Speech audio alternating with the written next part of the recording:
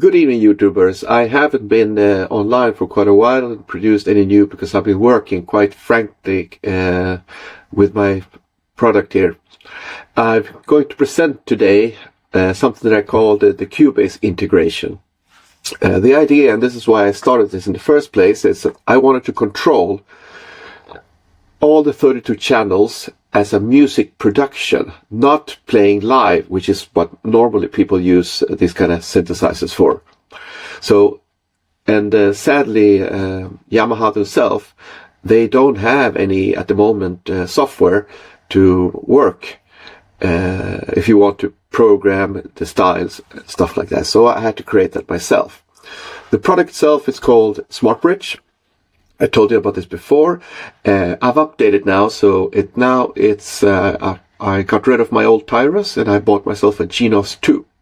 So everything now is updated with the new Genos functionality. The way it works is that you have the 16 channels already at your disposal like this. Have the style engine, right 1 to right 4, left I mean. You have the multipads and so on. But then you also have the additional tracks, which are called the song channels, 17 to 32. And you can do all sorts of adjustments here. You can adjust the volume, and it automatically adjusts in your keyboard, set panning, chorus, reverb, and they actually added a bass and treble and EQ on each voice now. Now, where it comes interesting is on this part. One of the things that I don't like about the Yamaha Genos is that it's quite cumbersome to work with the DSPs. And in fact, they improved DSPs now. They're really good. There are 32 of them you can use. So what I've done here is I've integrated that. So if you double click on a voice, you get this sort of search view. And from here you can use whatever you want to. Let's use an EQ compression. Let's use a medium compressor. Bang. So at the moment, it didn't add it. And the reason is because I need to turn it on. And then I go into my DSP effects. And there you can see it has the right one, the compressor. So it's got one already, the delay. And then it has on top of that, the compressor. So the whole idea is that you can turn on and off quite simple over here. And you can set them in this DSP effect. And DSP effects, if you click on this side, you can pick where you want to allocate that DSP. And if you right click here, it opens up the details and you can work with each. Let's do the compressor that we had already here. So let's open that up. And there you can adjust the attack, the release, the threshold, ratio, output level, and etc. And of course, this interface is customizable in the sense that if I pick, for example, a hole, the parameters for the hole are there. So it's a dynamic interface showing all of that. So I've integrated the ability to manipulate the DSP effects and work with that. Now, something else that I like to do is that I like to work with a string section or a brass section. And on Tyrus 4, Yamaha introduced something called ensemble voices. And I got a little bit inspired by that. And if you want to quickly set up a mock-up of a brass section, I created this cool feature. It's called ensemble. And the way it works is that you tell it from what song channel and what 4 voices you want to be on top of that. So in this case, it starts from channel 17, song 1. And then you have different presets that are created. For instance, pop brass here, a little description telling you that what the main purpose is and what styles. But then I also explain it's a trumpet A from the ensemble parts, and that's supposed to be the lead. Then you have a classic trumpet. I have a big band and swing.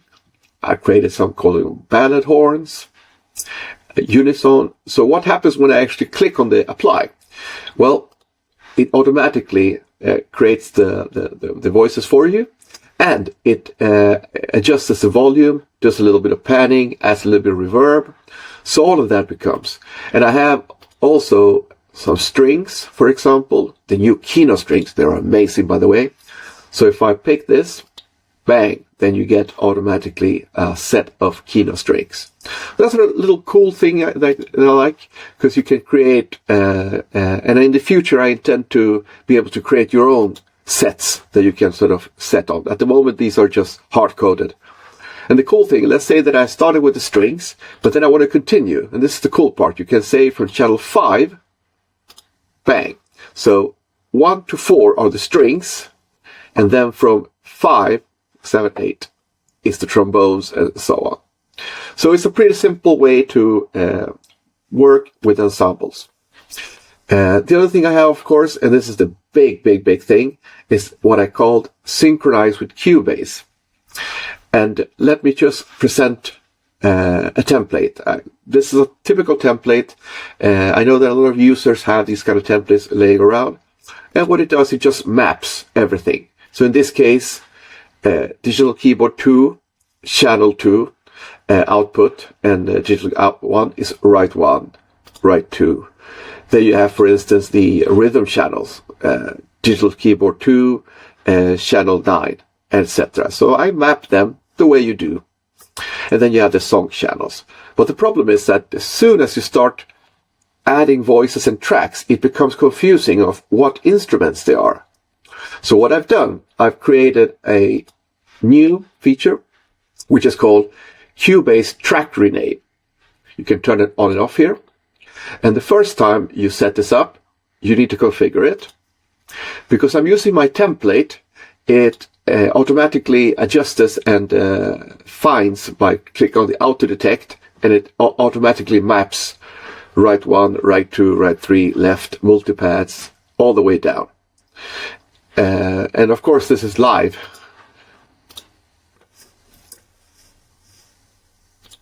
So then what I have to do, I have to go into Studio, and I'm using a MIDI remote manager.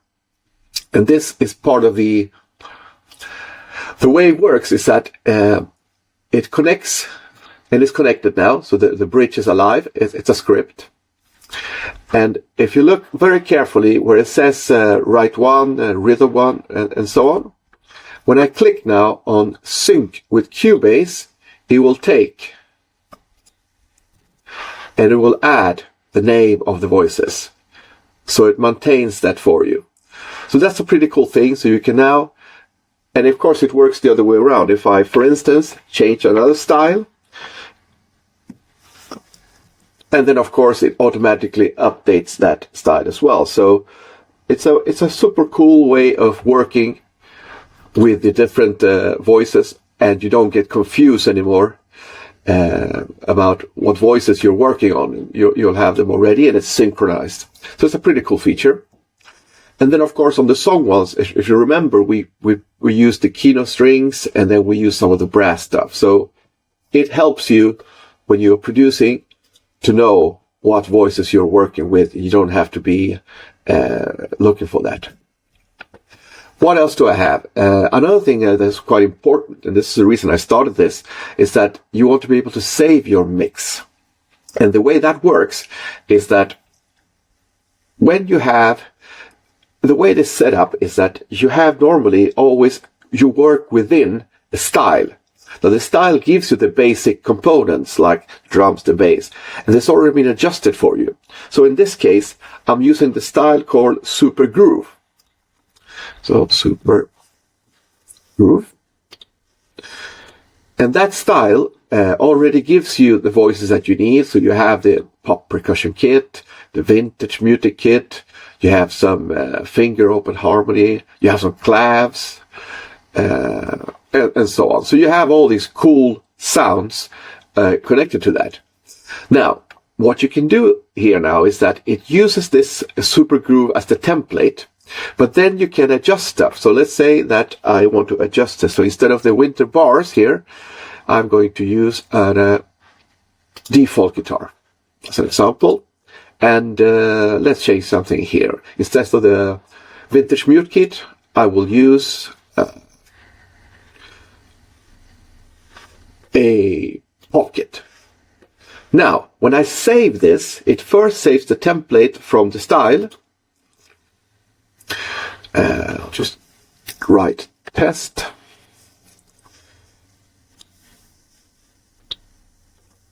So now that part is saved. So to prove that it works, let me just put on the change to another style. So it updates everything for that. So when I change to a completely different style, let's take something Disco Pop Jam, for example, as an example.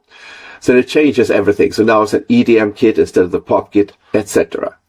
Now, when I load this style, and this is the cool part, it first loads the previous style, which in this case is Super Groove, and then on top of that, it then loads your stuff. So in this case, remember, I changed it to pop kit. I wanted a default guitar. I wanted to do my own customization. So this is my way of being able to quickly work with a mix and create a snapshot.